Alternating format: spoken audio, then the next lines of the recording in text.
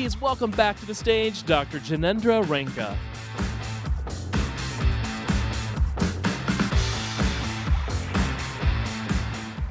Hello, let's see if I can maintain quantum coherence for another 30 minutes here. I got some laughs this time. All right, over the past day, you've seen snippets of DARPA. The people, that's the PMs and the performers, the problems we tackle, and the technology and the programs that we and you, the performers, develop. These snippets, when put together, create a picture of DARPA's mission: to imagine, develop, and demonstrate breakthrough technologies for national security.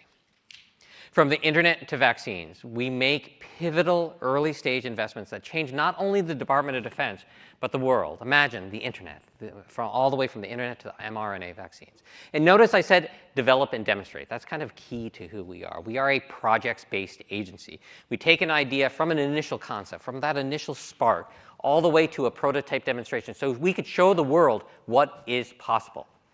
Now, I'm part of the Defense Sciences Office, DSO. We are the exploratory office in DARPA. We are there to imagine and build the things that do not exist, a generation ahead of where the problems are. We are considered DARPA's DARPA. We're looking for those scientific discoveries that you find in the university labs, you find in the small businesses, big businesses, and create opportunities from those scientific discoveries. And we invest in multiple scientific disciplines. Everywhere you see all of the other DARPA offices investing in, we invest in there and more, a generation ahead of where the problems are. And we focus on mission-informed research. We ask in all of our questions, why DARPA? Why DSO? What impact we could make? And that's an important aspect of who we are. And that's how we create scientific surprise in the name of national security. Now, DSO, as I said, has a broad range of technologies that we invest in. This is a panel of technologies. Again, everything from vaccines, quantum computing, additive manufacturing, prosthetics, food production, compact accelerators, on-demand pharmaceuticals. Now, each office can put together easily a slide like that. You see that back in the timeline. And it's amazing. I mean, this is my second tour at DARPA, and every time you sit through these programming reviews, it's like you're watching a magician. You're like, wow, that I didn't even think was possible. And each one of the offices plays such a critical role in this mission, from the exploratory research to the mission focus. Now, while there's a common approach, we have different interpretations of this. And over the past day, you've heard these terms to create and prevent strategic surprise. DARPA hard, high risk, high reward. What does that exactly mean? How do we interpret this? So this isn't a technology talk. This is more to give you at least a thought process of how DSO operates. How do we think of these programs? How do we create those strategic surprises? What do we mean when we say breakthrough technologies? We're there to handle the risk. We're not scared of risk. How do we think of that, and how do we generate those type of programs? Well, in the Defense Science Office, I like to view our programs as bounded between two walls. The first wall is that we need to have a scientific understanding of the technology we want to pursue. We're not going to violate relativity. We're not going to create a Maxwell's demons. We're looking for a first-order understanding, saying, what is really possible there? The second wall is we have to understand what the commercial state of the art is. We're not there to compete with industry. We're there to help them push things to that limit of the scientific understanding. We rely on organizations such as the National Science Foundation to really do that exploratory science, show what is possible, push the bounds of really the scientific understanding. We're just looking for that first order saying, yeah, something is really possible. While the commercial industry, they're using investment rate of return to say what pushes the state of the art, what is possible in the future, because they want to commercialize it. And we fall in between that. We basically look for new insights based on the scientific understanding, based on our interactions with the universities, finding out what's new, looking at the publications. We look for those new insights, and we ask a couple of simple questions. Try to form a new idea, like, what if I can do that? Like, from those new insights, you kind of get an idea, say, this might be possible, but what if I can do that? And how do I get there? Those are really important questions when we formulate a program. And while the National Science Foundation they're a nurturing organization. Commercial investment, they're demanding. It's investment rate of return. What is your profit level? Are you growing at 10% a year?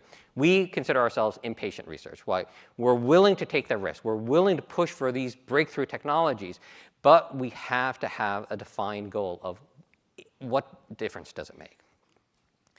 Now, the R&D world is changing. When DARPA was formed, the US government was the primary sponsor of advanced R&D, all the way from the basic science level up, and primarily that of the DoD. Now, you move ahead to 2020, commercial R&D far outpaces the federal spending. It doesn't mean the federal spending has gone down. It just means commercial industry has really ramped up dramatically. But when you still look at the basic R&D, it's primarily US funding. And the commercial side, innovation is important in the reinvestment rate of return. They need to know what are they getting back from that. And small businesses are also focused on the commercial market. There was over $1 trillion in funding from startup funding all the way to buyouts and exits. There are over 70,000 tech startups in the US each year. The ideas and talent are there. They're investing in things such as advanced quantum computers, nuclear fusion. But the question is, how do we get them to focus on that longer-term research? Not the nurturing of the NSF. It's not focus on the investment rate of return, but looking at where can they do that blue sky research that's high risk, high reward. We're focused on the high reward part, but always high reward comes with those risks, and we're willing to manage those risks. So how do we do that? Well, there are three parts to the problem. People, ideas, and processes. And that's what DARPA's culture is. So people and ideas, that kind of sounds normal. Processes, you're like, is this a bureaucracy? No. In this case, process is important. If you're a fan of baseball, there's a quote from John Henry in the book Moneyball saying, the first person that goes through the wall always gets bullied, always, because it threatens the way of doing business, turning what exists into dinosaurs. Now, DARPA's processes are there to enable the program managers to take risk after risk after risk because they know the types of programs they're going at. They know that they're going to make a dramatic change, again, not just for the DoD, but for the world itself. So we're there to enable not only our program managers, but our performers to really swing for the fences every single time to show the world what is possible. Because if DARPA doesn't do it, the investments, the commercial side is going to say, well, they don't know how to commoditize on it. The exploratory side isn't driven on the project side. We need to be able to drive them to a project level to show what is possible. And the processes are so important because our PMs have a limited tenure. We have to do this fast. Now, the people ideas, those are also important. And the program managers, they come from our performer community. Our performer community is so vital to DARPA's existence, both because we bring our PMs from the performer community, as well as we rely on you to do the vast majority of our work. And our PMs, they were and are in the arena, to quote Teddy Roosevelt. If they fail, it will be because they failed while daring greatly. They're great scientists, engineers, technologists. And again, if you're interested in DARPA, come and look at us as a potential spot for a 4-year term. Now, these folks here, they come for these 4-year terms. They're willing to put aside their careers because they have a dream. They have a dream of what is possible. And they pick up, spend some time at DARPA, and we give them the opportunity to really push these groundbreaking technologies. So imagine it was back in 2012, and you were the program manager that said, there's this interesting company, Moderna, that I wanted to fund. If that program manager didn't exist, imagine where we would be today. But these people are the reason that we're responsible for that, and they are you. Now, the next thing is, in order to expand on that, we have a limited pool of people. We've announced a couple of months ago a new program that we have. Because DARPA, between the offices, we have about 100 program managers. Now, about 20, 25 new program managers every year. That's a lot of people to go through. We decided to start a new program called the DARPA Innovation Fellowship. This is for early career researchers to supplement what we have as program managers.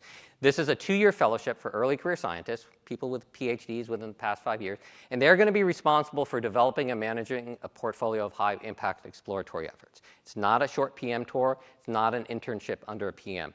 This is our chance to incubate that next generation of technologists that could think about these breakthrough ideas. Now, why this group understands the technology well. I mean, they were in your labs if you're a faculty professor here. They know what they're doing. They're the ones that are building all of the things that amaze the world. And paradigm shifts often come from these individuals. They're not bogged down by dogma or the constant failures from prior experience. They're willing to try and willing to take those risks. And it helps us also build a long-term pool of talent. So we are looking for candidates for fellows. Our first class of fellows actually starts this January. January 17th, the first class of fellows will be starting at DARPA with 2-year terms. Eventually, we'll ramp this up to about 32 individuals. These are civilian individuals with PhDs in the sciences within the past 5 years, plus some active duty folks. So to supplement all of those great DARPA program managers that come from our performer community, we are starting at this other program, the DARPA Innovation Fellow.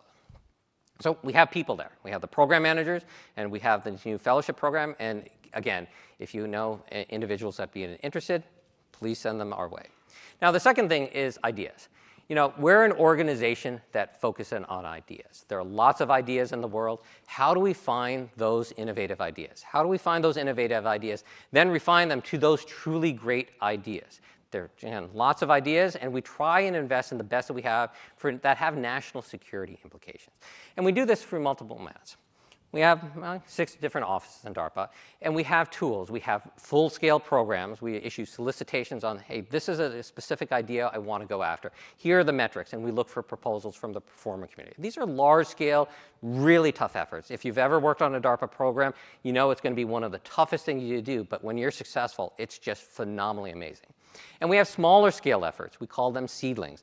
Those are, someone comes up to us with an interesting idea. It's like, yeah, that's kind of interesting. I'm not sure what I could do with it, but let's make a smaller scale investment. Shorter term, usually a year or under, that we try to figure some things out. But as I said, the world is changing with all of those startups, all of that commercial investment. There are a lot of ideas out there. How do we keep pace with this rapidly evolving world to find those next generation of ideas? So a few months ago, we started up the Fellows Program, right? They're the ones that are going to be horizon scanning for ideas, looking for these new concepts. Now, as I said, there was a second aspect. We need to find those ideas. We need to bring them into DARPA. So we're starting up another initiative. This was announced about a month ago. It's called ARCs, Advanced Research Concepts. So we have programs, those full-scale, really multi-year, multi-performer efforts. We have the seedling, the investigatory part. But we're starting this effort to find those ideas. We need to bring in lots and lots of ideas and evaluate them in a rigorous manner to see what is possible. Scan through them to try to find those DARPA ideas. So now, under this initiative, we're going to issue a number of solicitations throughout the year, probably 2 a quarter. That's our goal right now, about 2 topics per quarter. They're going to ask a very specific question with lots and lots of potential answers. They're what-if questions. We say, what if you could do this? Or how can I do that? We don't know the answer. We don't have any metrics in there, but it's targeting a specific area that we think is important. And we're going to issue that out. The first one was actually released last week. It's a very streamlined application process. While a proposal for a program can be 40+ pages, really in-depth, and if you've ever written on after a month of writing it, you're just exhausted, right? And for most academics, you don't really have that time. You try to go after the seedlings or you try to go after the program. But for this, 5-page proposal, right? It's a 5-page abstract saying, hey, I saw that opportunity. You were interested in this area. Here's my idea. From the proposals that we receive, and we'll keep the solicitation open for about 6 months, and we'll do rolling admission. So once you have that idea, submit it to us, because good ideas don't wait there. We're not going to say, well, 6 months, we'll have to wait. Now, we get the ideas, we will have a rolling evaluation process. Very streamlined. And our goal is for every single topic, we'll probably choose anywhere between 30 and 60 ideas, as long as we get good ideas. I mean, we have a filter there that we want good ideas. We're hoping that we have it broad enough that we could have lots of ideas, but we have funding set aside for approximately 30, 60 ideas per year. That means 300 ideas annually that we want to select. Now, if we select your idea, here's the deal. We will ask you to provide 1 person for 1 year, or 1 FTE for 12 months. It could be like 2 people for 6 months or 1 person for 1 year. That will work on that idea. We want the blue sky research. We've gotten a point in our society where we don't have time to just say, this was an idea. I need a year to think of it to show what is possible. That's what ARCs are trying to do. We want to come to the point where you had a question, you had an idea, great. Here's funding for 1 year to go tell us what is possible with the idea. And we're going to do this over 8 solicitations a year, hopefully, with 300 ideas annually. Now, the contracting process, we're trying to simplify also. We're not waiting for the traditional FAR-based contract, if you're used to that. We have a very simple contract called an other transaction. Once we say, yes, we're interested in this idea, we will have a template contract for you ready for your signature, and hopefully you'll sign it and get to work within 2 weeks. Incredibly fast. And we'll evaluate your progress. So with 300 ideas annually, we're hoping that after a few months, we'll say, that was a really good idea. We have funding set aside to say, let's expand the scope of it. The contracts are relatively simple. It's basic research. You could publish on it. The foreign nationals are allowed. Even in the case of IP, we only are asking for limited rights. We're not asking even for government purpose rights. It's as basic as you could get because we want to fund lots and lots of ideas to find the good ideas. Now, there's a caveat. So we're going to require 1 FTE for 1 year. Again, it could be a full person for a year. It could be a full graduate student for a year, plus some summer salary for faculty or a full postdoc. But there's a cap. We're only going to award contracts that are worth $300,000 or less.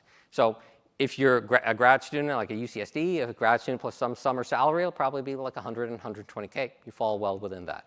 If you're a large organization, you have overhead, doesn't matter. You have to provide that 1 FTE for 1 year who's going to work on that idea, and we will provide this contract for up to $300,000. Now, we're targeting a large group of people, anyone with good ideas. However, from the funding value, nominally, it's like a senior grad student or postdoc, someone who is in that lab who really had been working on that idea and say, this is an opportunity to really show what is possible. That's right there. We want to fund those ideas. Small businesses, this is an easy way. It's quick. We want to be able to get those ideas. And even the large companies that say, you know, we have this idea. We're willing to put our own money in. The government is going to cost share. We're going to see it's possible. Because of the 300, 10%, I'm hoping that we could say, yes, that was good. Let's add additional money to see what's possible. Of those, maybe another 10%, so 3, we'll say that was an amazing. That was a true DARPA idea. We want to go ahead and try to launch a full program over there. So continue on with the baseball analogy. We're like pitching 100-mile-an-hour pitches right down the plate, seeing who could hit it out of the park. And after every 30 to 60 pitches, we're going to rotate pitchers. We have a deep bullpen with a new idea. Here's another 100-mile-an-hour fastball. We want those ideas to hit it out of the park. Now, we announced our first topic last week. So here's the quantum coherence that I need to keep it up to. It's called Impact, Imagining Practical Applications for a Quantum Tomorrow. Now, over the past couple of years, there's been vast developments in the quantum computing space. We have a specific program in our office called ONISC. It deals with noisy, intermediate-scale quantum devices. Not lots of qubits for a fault-tolerant computer, but you're looking at a number of qubits, maybe 100 or so. And those qubits can stay coherent for a certain amount of time. So you have a number of qubits, and you have basically a circuit depth, which is equivalent to like a time constant there. Now, in this program recently, a number of the performers have shown this n times q product of approximately 2,000. And they're developing systems that go up to 10,000. And they've shown actually an application for this. It's an optimization problem they could use it. It's a coprocessor to a typical classical computer. And they've shown things that you cannot do on a conventional computer. So our first ARC topic, which was released last week for Impact, was a very simple question. What are the applications for a quantum system with this n times q product greater than 10,000 as a coprocessor for a classical computation system? If you have ideas in this area, this is the avenue to get your ideas in front of DARPA. We're looking for quantum physicists to work with those domain experts to understand where can we actually use these systems. A quantum physicist will probably have one application, but a domain expert might think of something else. We want that collaboration, and we are willing to put our funding down to say, bring us your ideas. So this was released last week. If you have ideas, again, it's a rolling submission. Now, here's the other thing that I didn't mention. The fellows that I talked about earlier on, they're the ones who are running the entire ARC effort. They will be doing the selections of the ARC topics. They will be working with every single performer that is out there. They will be evaluating how well the performers do. And they will be making recommendations on which performers should go up to that next level, all the way to seeding level, as well as the full program level. The ARCs and the fellowship program are tied together in a unique way. It allows us to search for ideas. It's horizon scanning for ideas with young entrepreneurial folks who are fresh out of school, who know what can make a difference from a research perspective. So if you have ideas for ARCs, please send them our way. If you have recommendations for fellows, send them DARPA way. Because our performer community is the base of DARPA. We need you both from a people aspect as well as a program aspect. Thank you.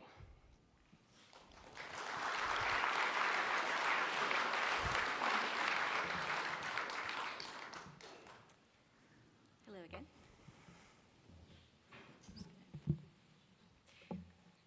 So the first question for you, how do the advanced research concepts topics compare to other transactions for those who are familiar with sort of DARPA contracting methods, compared to the solicitations like AI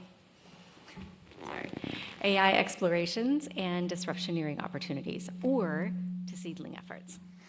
So we have a number of different ways that we go after after ideas. So the largest scale is the program effort. Those are multi-year efforts with multiple teams, right? So I think most people are familiar with that. Then we have the base efforts, which we call seedlings. So those are ideas where we try to take something from a disbelief to doubt.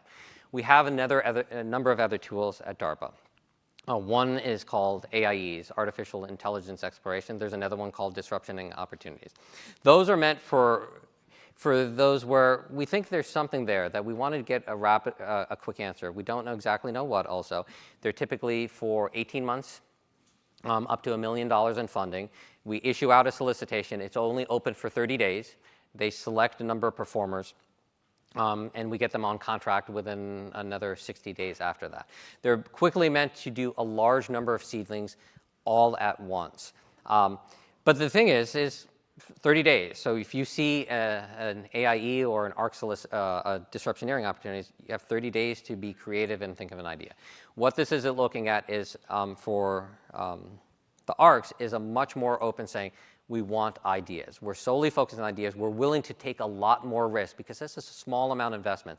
With the disruptioneerings and the AIEs, it's a much larger scale investment. So we balance the type of solicitation with the risk that we're taking and the uncertainty in what we're doing.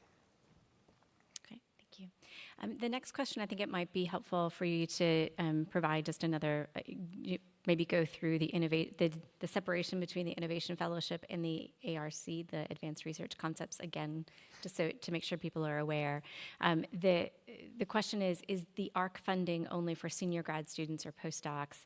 And then a two-part question, does that mean ARC funding is not available to recruit new students to the group for a new idea? So again, maybe to differentiate between those two again. Okay, so the first part, like fellowship is a different program. Those are people that will be in person at DARPA, hired as government employees. They're going to be running the ARC program of selecting everything. Now the ARCs, we only ask for a couple things. We send out this question, we want ideas, right? We're interested in an idea and a commitment for 1 FTE for 1 year. I don't care who that is, right? Outside of the fact that they have to be technically competent, that we could say, yes, their background shows they could go and investigate this program. It could be a grad student, it could be an early grad student, it could be a senior grad student, a postdoc, it could be someone at a small business, a large business, a defense laboratory. Now the thing is, when you look at the solicitation, you'll say, if you're going to propose an idea, you have to tell us who's going to work on it, right? So if you haven't recruited a student, it's probably not going to be a good fit. We need to know who's going to work on that idea, because once you propose, we're going to do a rolling selection and we're going to choose a topic, and we're going to send you a contract within 2 weeks. If you do not sign that contract within that 2-week time period, we're going to drop it, and we're going to move on to the other one. It's very, very fast, because we want to go through lots and lots of ideas. We're not looking at a longer contracting period. So if you don't have someone identified for that, it's probably not going to be a good fit. So the funding is available for academia, large businesses, startups. It is not limited to who we want. The only requirements are you have a good idea that answers an ARC topic. You're willing to say we have 1 FTE for 1 year. Again, it could be 2 people for 6 months or 1 person for a full year that's going to be committed to this project to tell us to work on that idea, and that you're willing to take a cap of $300K. If it's $100K, then great, and we will issue a contract for $100,000. If it's $300,000, if it's $600,000, it's still capped at $300. So those are the limitations. We are there to search for ideas under ARCs. Okay. Could we please get a new question? Dr. Rico. Okay, thank you. What happens at the end of an ARC study? Will there be options for sequential efforts? So we want to, again, the ARC is there to horizon scan for ideas. We want to find out the ideas. Now, if we find a good idea, we would be irresponsible to let that good idea just wither away, right? That's one of the worst things you could ever do, because good ideas are rare. So we have these fellows, hopefully we'll ramp up to 40 fellows, that are continually going to be working with all of the performer community on these ideas. And they're going to say, they're going to tell us what the successful ones, what the ideas that they think have an impact of. And from there, we're setting aside funding, saying, look, the fellows identified these 5 or 10 ideas as the ones that deserve follow-on investments because we think they have a potential. And we are willing to put in that follow-on investment. It probably won't be through the ARC, but we'll do a follow-on other transaction agreement with the organization to provide them additional funding to expand what they did in that idea. The ARCs are little efforts, like a micro seedling effort, to show us what your idea is before we put in those investments. We suspect if we do this right, maybe 10% of them will be able to get to that point. But our goal is we're a projects-oriented agent. We need to demonstrate something that is viable. So we want to take those ideas and incubate them from that initial idea, but rapidly, hey, there's something there. Let's bring it to a seed level. There's something there. Let's launch it at a full program. So we are not going to let good ideas wither away. We're going to explore a lot of them, and the good ones, we will find a way to move forward. Okay, great, thank you. For a large business, if it meets the $300,000 boundary, is that business still eligible? So there's no boundary. All I'm saying is that the maximum amount of funding we will provide is $300,000. If it costs more for you, that would be your responsibility. So to some degree, for large businesses, this would be a cost share that the government is saying, look, you had a good idea. We're willing to put in a small amount, but you're probably going to have to put in the rest to probably cover the overhead part. And you would probably, if I was a large business, I would want to do this because this gives their researchers the opportunity for that blue sky research, as well as to vet an idea to say, is it possible? Is it of interest to DARPA to move to the next level? So there's no limit on what they could spend. This other transaction is designed so it does not require non-traditional performers on it. A large prime could just propose one FTE by themselves and be fine with it. Or just our contract value, it's going to be a milestone-based contract saying, here are your milestones. This is the maximum amount that we will pay. You could put in whatever cost share you want. Okay, thank you. Do you foresee quantum-based processors being seamlessly integrated with semiconductor-based ones in a heterogeneous integration manner? It's a good question. I think Mark had something similar question to that. I don't know. I think there's a lot that we don't know in this area. There's a huge amount of investment being put into quantum processing. Some have the ability to integrate with electronics relatively simply. If you look at the silicon photonics platforms, there are people working on that. If you're looking at other things that take Rydberg states or they're looking at superconductor qubits, they're a little harder. We don't know, and these are some of the things that we try to explore through topics such as ARCs or as well as the programs that we have. Okay, thank you. And if someone is interested in the Innovation Fellowship Program, how do they apply? And then maybe walk them through that timeline again that you talked about a bit during the talk. All right, so I explained what the fellowship is. Let me go into a little more detail. So it's a 2-year position at DARPA. They would be hired as government employees. They have to have a citizenship, U.S. citizenship for that. They would be located in person at DARPA. And they would be working on this entire portfolio of ARCs. By the end of it, they're going to have a massive contact list of all of those small ideas that they've been funding. The way to apply is very simple. There's an email address. I believe it's fellowship@darpa.mil. Just send a note to there with your resume. We will follow up very quickly. From that, we'll probably schedule a half-an-hour call, then maybe a half-an-hour, an hour seminar, and we make our decision for that. We don't have a formal application page. It's simply, if you're interested, send us your resume.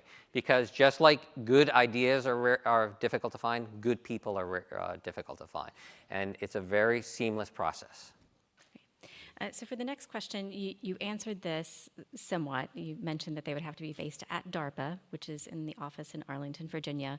But I guess the question here is, could there be an option for people to work remotely, or do they have to move to DC and maybe discuss, what options are available? So we're looking for these individuals to be in person at DARPA, and we're doing this for a specific reason. We view our fellows as coming from a diverse group of talent. Quantum physicists, with biologists, with chemists, with mathematicians, with social scientists, all working together, evaluating all of these proposals. We want them to work as cohorts, because if you have a lot of quantum physicists looking just at quantum, they're not going to think of the other applications. We want them to work together as a group, a very diverse technical group working together on all the topics. So we're not going to have a fellow in a specific area assigned to a specific topic. They're going to work together.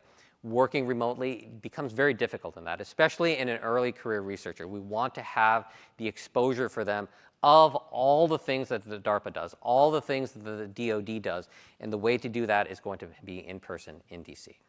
Okay, thank you. And then how does someone submit proposals to the ARC topics?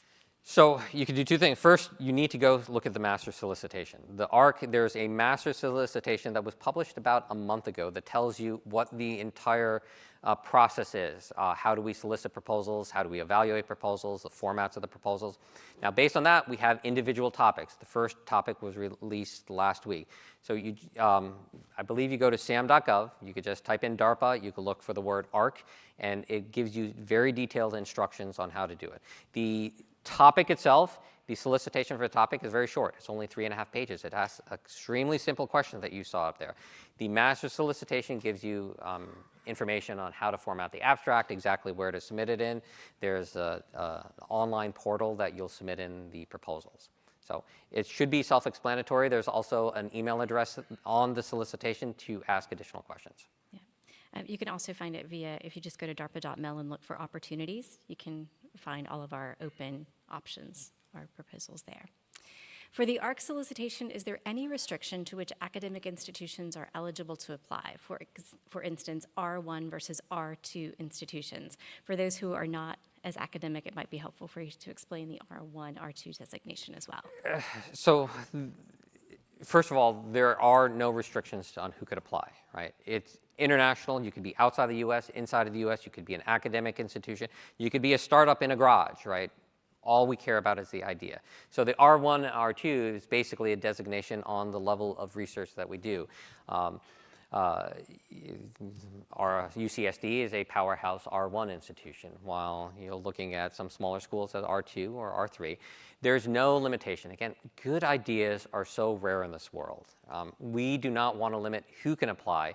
We just have a process of how to apply, and we want to make it as simple as possible. So these contracts that we have, they're not FAR-based contracts. If you're familiar with a DoD, it's a very simple contract saying, this was your idea, here's a person who's going to work on it, here are a couple of milestones. They could be measurement milestones, something that you measure in the lab, something you maybe fabricate, maybe it could be simulations, algorithms. Those are the milestones, and here's the amount of funding. That's it. So it doesn't matter. We want to, where you come from, we want to find the good ideas, and we also want to find the good people with the fellows. Great, thank you. So there seems to be a fast turnaround for the ARCs. If it is a good idea presented to you, would there be an option to start working on the idea after 3 to 6 months rather than immediately? Mm-hmm. It's a good question, especially if you don't have a graduate student lined up for an ARC topic. We don't have any yes/no answers to this. There's nothing fixed. This is an experiment for DARPA.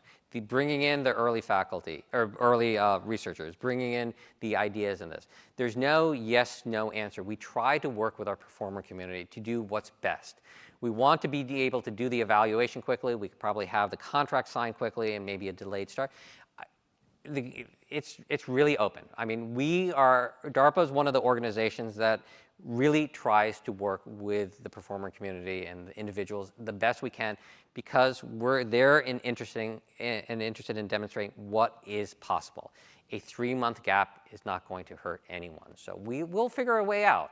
I mean, it's always, don't just assume the answer is no. We try to work with you always to get to yes. Okay, thank you. Would the 1-year research project be something that has to be completed within a year, or would a project that would try to determine feasibility in a year be acceptable? Well, it's the idea. Again, we don't have any metrics on this. So that question that I asked about the quantum computer, there's no metrics. So you're defining the project. We're just looking for the idea. And we need it to be completed in the year. We're basically looking for people to vet the idea. What is possible? So feasibility is a good thing, saying, look, for one person with minimum amount of supplies or equipment, we're actually limiting. So it's the maximum 300K funding. That's 1 FTE for 1 year, but we're limiting the amount for supplies and ODCs to about 10K. There's a limited amount you could do.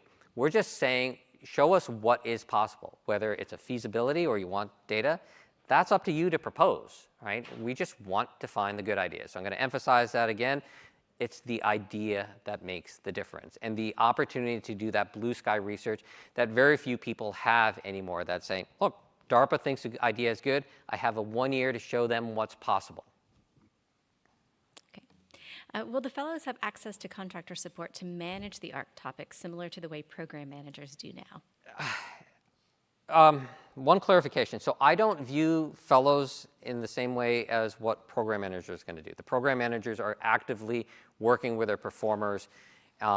That's on the financial side, on the technical side, on the administrative side.